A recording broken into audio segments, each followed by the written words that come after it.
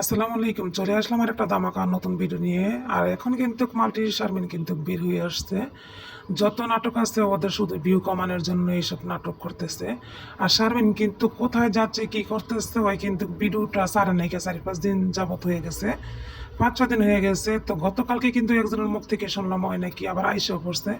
তো এই ভিডিওতে জানতে পারবেন শারমিন কোথায় যাচ্ছে, কি অবস্থা, কি লেনদেন। ওরা কিন্তু সব কিছু ভিউর জন্য এই সমস্ত নাটক করতেছে। আর ওর দুইটা ভাই থাকতে একটা ভাই কিন্তু ওকে এয়ারপোর্ট আগায়া নিয়ে যাচ্ছে না, ওই নিজে একা যাচ্ছে, ওই কার সাথে যাচ্ছে, কি করতেছে, এই ভিডিওতে সম্পূর্ণ জানতে পারবেন।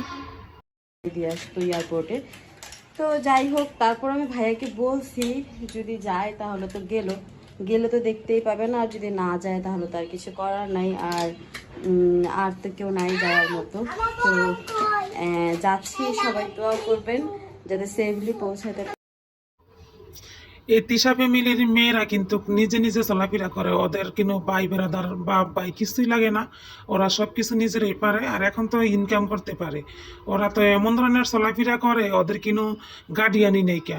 আর কেমন ধরনের সাজগোজ করে ও যাচ্ছে, কার সাথে যাচ্ছে, যে কোনো লোক তোর সাথে অবশ্যই যাচ্ছে। যদি সত্যিকারে কিন্তু ভালো কিছু হইতো তাহলে কিন্তু কয় এই মিডিয়ার সামনে বলতে পারতো বা আসতে পারতো। তো পাসপোর্ট নিয়ে চলে এসেছি, এখন হচ্ছে চেক ইন করাবো।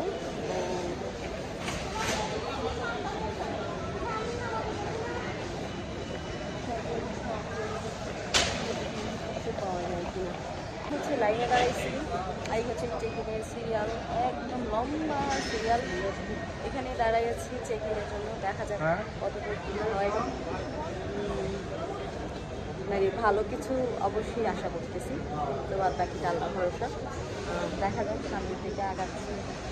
আর এখানে মনে হয় খুলতে একটু টাইম লাগবে, এখনও খুলে নেয়, মেবি 8টার দিকে খুলবে, এই জন্য হচ্ছে সময় লাগতেছে। আর আমাকে কেমন লাগতেছে অবশ্যই কমেন্ট করে জানাবেন।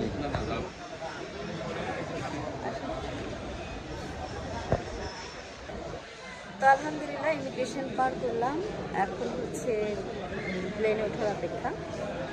সব কিছু রেডি হয়ে গেছে, এখন বসে আছি প্লেনের জন্য। টাইম হবে, আচ্ছা আমার মুখে হচ্ছে লং, এই তার কারণ হচ্ছে আমার একটু